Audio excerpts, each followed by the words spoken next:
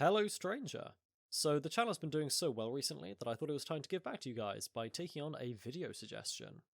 Lots of you have suggested many tasty ideas across so many of my videos that it's been hard to pick which one, but someone did actually suggest something that I was kind of thinking of doing anyway, so congratulations! At FriedRodent112 for this idea! I know I've already talked about Lex Luthor in my Superman video, which you should totally go and watch again, but I really only scratched the surface in terms of his potential as an antagonist. While I have gotten a lot of positive feedback on videos, I of course have had criticisms levied against me, with one of my favourites being, well John, if you think this film/TV show is so rubbish, then let's see you write something better. So, okay, guess I will. This video is thus going to be us coming up with our own version of Lex Luthor that I think would be the most compelling to have in a modern Superman story. We're going to come up with a backstory, current personality traits, capabilities, and then spitball a couple of story ideas that could involve him. I hope this video will serve not only as an opportunity to show how brilliant Lex Luthor can be as a character, but will also demonstrate an exercise on how to create compelling villains in general. I'm John from the Author's Anvil, and this is how I would humbly write Lex Luthor. Enjoy. So let's actually start with how Lex Luthor is traditionally portrayed. Now, this is going to be hard since, of course, the character has had many reboots, reimaginings, and reinterpretations since his first debut in Action Comics number 23, all the way back in 1940. However, like any other comic book character, there are still some foundational things that make up his personality and capabilities.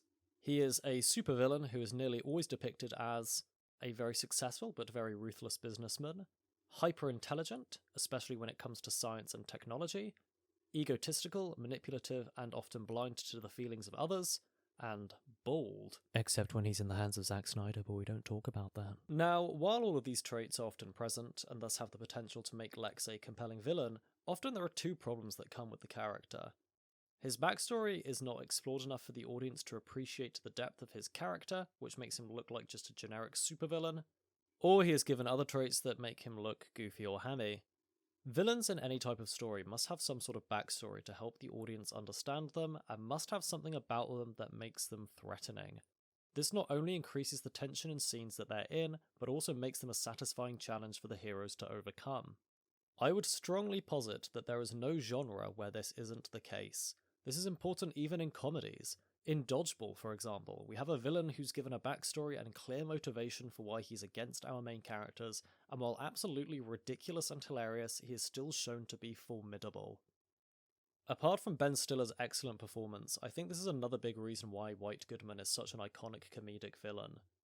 I know writers can sometimes have limited screen time or pages to develop their characters, but that doesn't mean that the villain should fall on the wayside.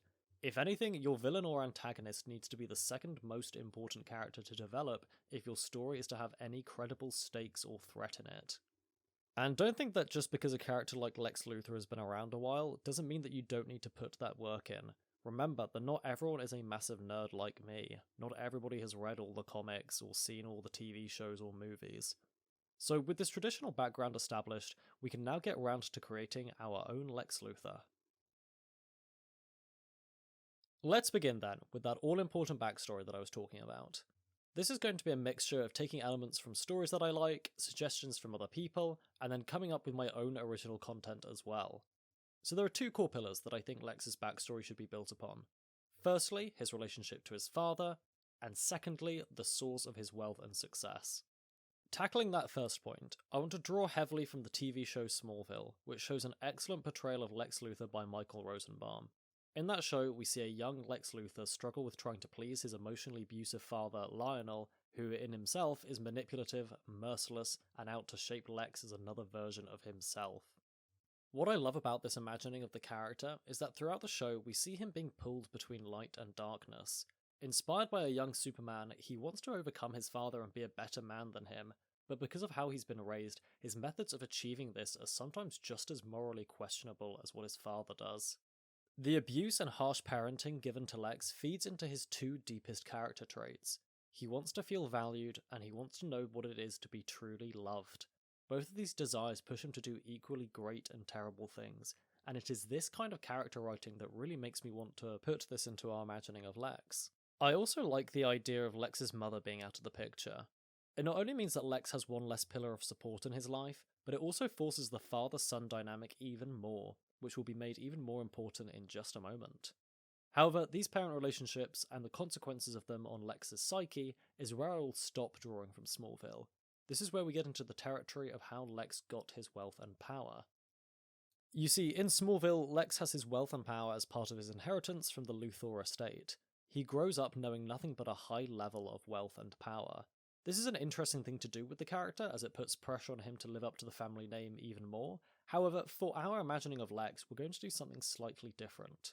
I like the idea of the Luthor family being wealthy, but I think it'd be really interesting if it was somehow all lost when Lex was a child, or even before he's born. Maybe when Lex's mother dies giving birth to Lex, Lionel becomes an alcoholic and gambles all the money away, or more simply he gets outmaneuvered by another business rival during his grief. The main consequence of this would be that Lionel, Lex's father, would be even more bitter and resentful than he already is. This new life of squalor, and with a young child to look after, would make Lionel even more driven to be as ruthless and merciless as possible in order to get the family's wealth back. And this is where Lex comes back into the picture. From a young age, Lex displays a gifted intelligence and an interest in science and technology. Lionel, now being old and still coping with that alcohol habit, thus sees in Lex a huge opportunity. Instead of him being the one to rebuild the Luthor fortune, Lex could do it instead. And this is where we get into the whiplash method of parenting, where Lionel pushes Lex to his emotional and intellectual limits. Lionel believes that he has to impart all his knowledge of business and political manipulation onto Lex and teach him the hard lessons of life early so that Lex can grow up to be a better success than him.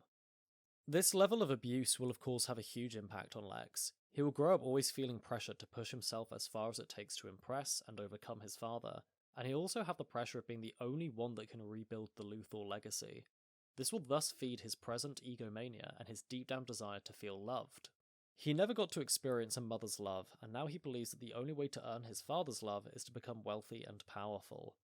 With his strong intellect then, the lessons imparted by Lionel, and these motivations pushing him, Lex will attend one of the Ivy League universities in America, studying business and politics, and then will start his own tech startup. And the rest is history. Lex specializes in military tech, then as the years go by, he branches out into other fields and buys other companies to add to his conglomerate, becoming the self-made billionaire that his father always dreamed. But there's a few caveats for Lionel. His abuse of Lex has not been forgotten, and so he never receives a penny of the new Luthor wealth. What is more, is that the company that Lex created still has its original name. Not Luthor Corp, but Lex Corp. Lionel dies from liver cancer in a forgotten care home, raving to the other residents that he's the one who allegedly made the Lex Luthor, while his son buys a new headquarters in Metropolis.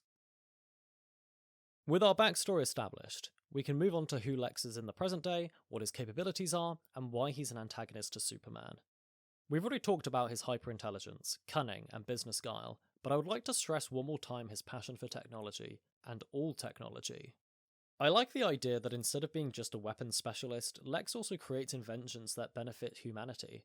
Remember that one of his driving motivations is to feel loved, so Lex thus develops technologies that will give him universal acclaim.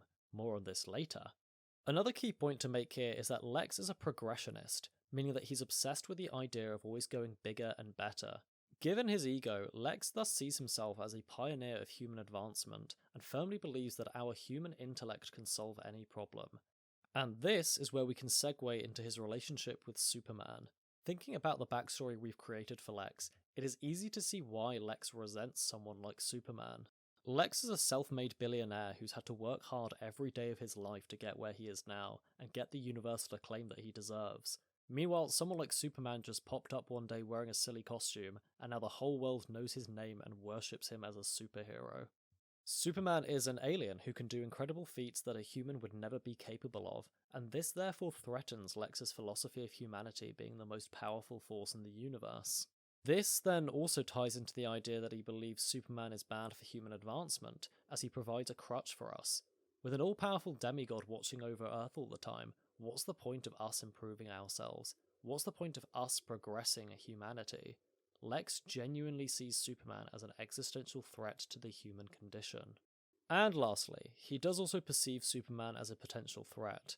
What happens if the Man of Steel has a bad day and turns his laser eyes onto us? What happens if he decides humanity is not worth saving and instead worth ruling? Who is prepared to stop him?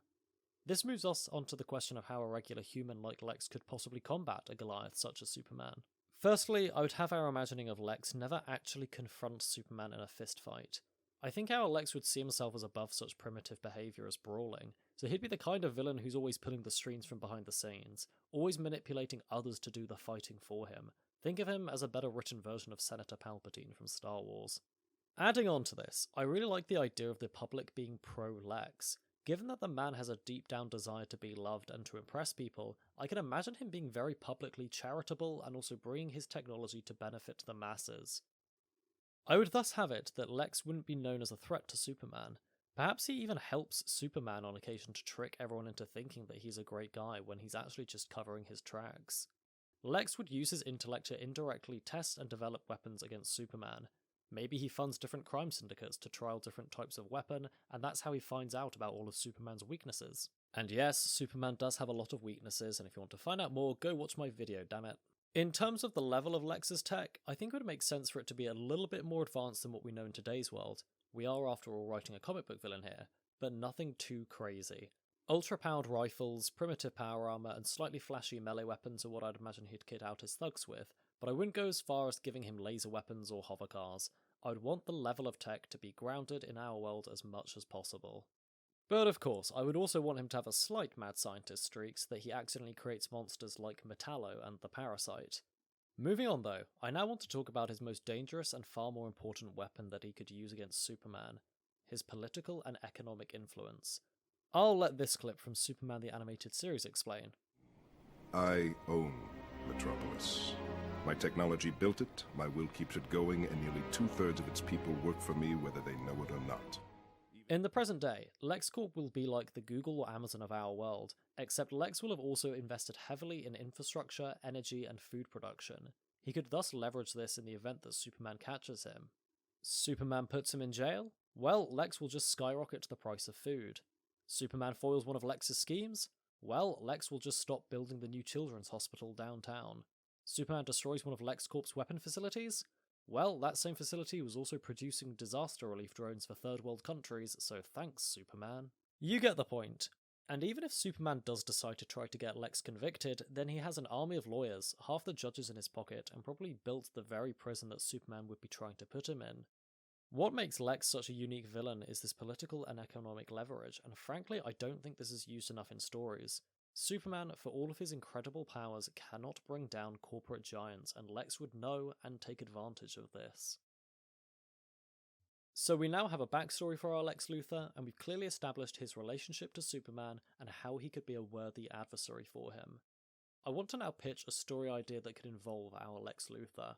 Quick aside, on the tiny off chance that there are any current comic book writers, screenwriters, or directors watching this video, then I just want to say that you are very welcome to take this idea and use it as long as you publicly credit me somehow.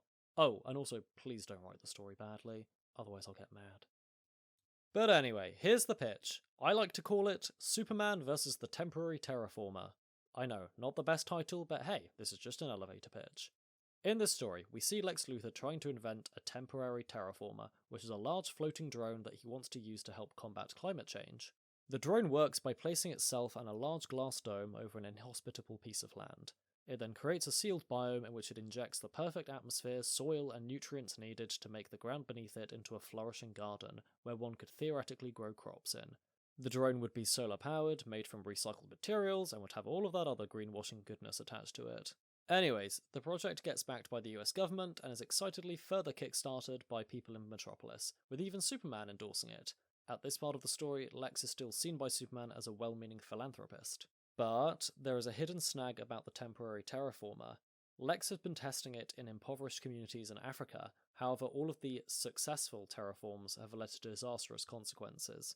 In order for it to work, it has to draw nutrients and atmosphere from the land around it, meaning that the soil outside the biome becomes even more barren than before, and the air outside the biome becomes toxic. This has already led to many of the local community falling grievously ill, and since Lex owns the temporary terraformer and he's still testing it, none of them have been able to reap any of the benefits from it. Long story short, Clark Kent and Lois Lane are sent to do an investigative piece on it, and they find out about all of this horrible stuff and go to Lex about it. He claims that these problems have almost been fixed and will require just a few more trials before it's ready. Clark is unconvinced, however, and doesn't think that the loss of life is worth it, so as Superman, he condemns the project and publicly asks LexCorp to abandon the project. Lex agrees, but privately continues under the guise of the temporary terraformer being stolen by a local warlord. Superman thus has to find the temporary terraformer before this warlord uses it for the wrong reasons. Okay, so I know that this was a very brief pitch, and of course there'd be a lot more we'd flesh out to make it into a complete narrative, but I want to highlight a few things about it that in my humble opinion would really make it into a great Superman and Lex Luthor story. Firstly, Lex is not just a goofy supervillain who wants to take over the world. Although motivated out of a desire to be seen as humanity's saviour, Lex is creating the temporary terraformer because he acknowledges the climate crisis and genuinely thinks that this could be a solution.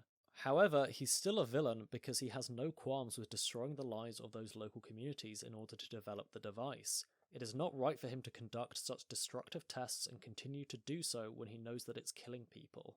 Second, Superman has a moral conflict. He knows what Lex is doing is wrong, but also wonders whether it would be worth it to sacrifice a few villages if it meant bringing about a solution to the climate crisis.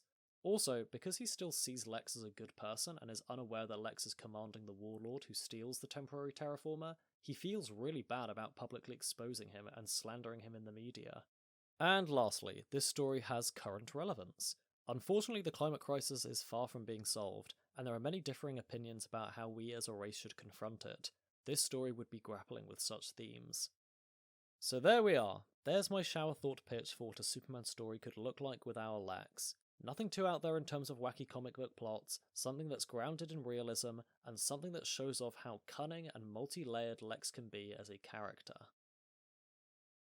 To finish this video, I just wanted to quickly share some key things that I learnt from doing this exercise about crafting not just a better Lex Luthor, but a good villain in general. Establishing an impactful backstory is key. You don't necessarily have to flesh everything out, but every detail you do include in the story should have direct effects on the villain's personality. I mean, this is really just a rule of thumb for creating any character, to be honest. Villains like Lex Luthor don't necessarily have to be threatening to the hero in a physical sense.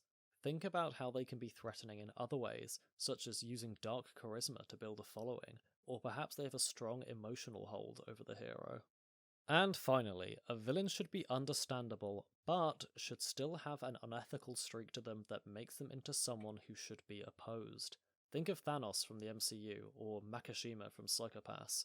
These kinds of villains have a clear objective that on its surface may seem good, but the methods they use to achieve that objective are not morally justified.